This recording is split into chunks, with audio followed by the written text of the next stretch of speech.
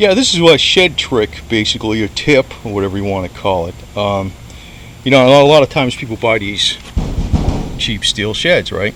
The reason they buy them is because they're a temporary structure. They're quick to, well, they're kind of quick to put up. You got to watch if there's no wind and stuff. But they don't tax them because it's a temporary structure. So, but I don't like the way they are because they're too low.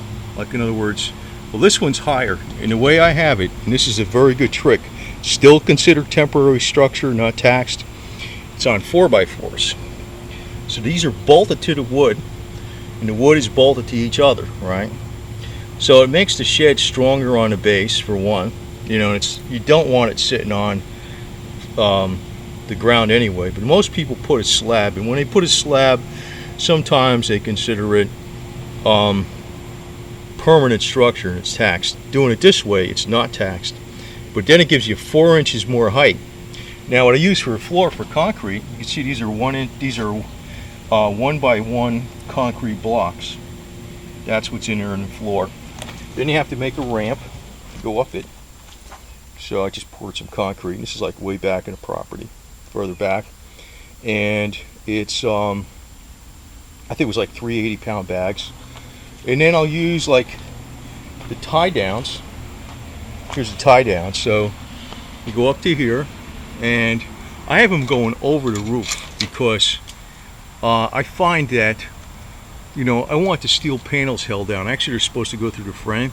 But if these roofs ever get rusty, what I do is I use Rust-Oleum and I use white roofing paint. Then they never screw up. It'll stay on there like 10 years. They'll never rust. So one thing you work in these sheds, when they rust, I use Rust-Oleum rust-killing primer, then white roofing paint. Then they never rust. This one hasn't been up there that long, so there's absolutely no rust on it. But I use, this is still considered temporary structure, so it's not taxed. But you notice you get a little more wall height, right? You still have a concrete floor, and all 4 corners are tied down. So,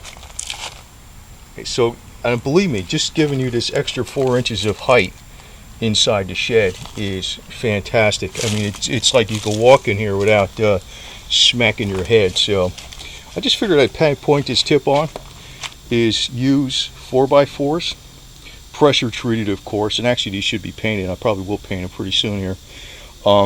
Pressure treated 4x4s and tie downs with concrete, and I use 1-inch block, 1x1 block on the inside of it. This way it's considered a non-taxable structure.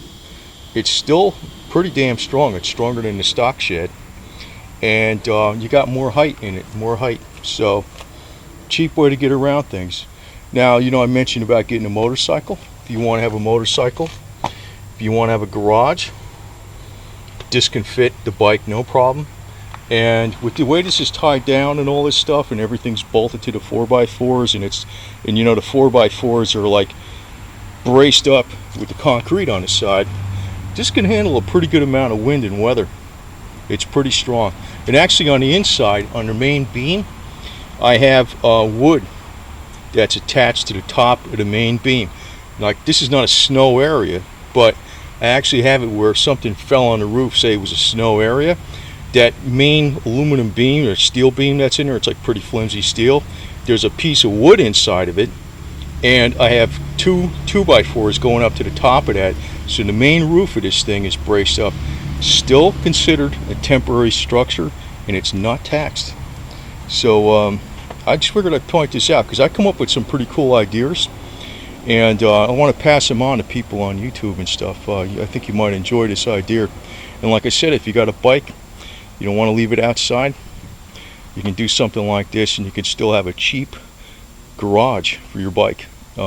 Great idea, I think.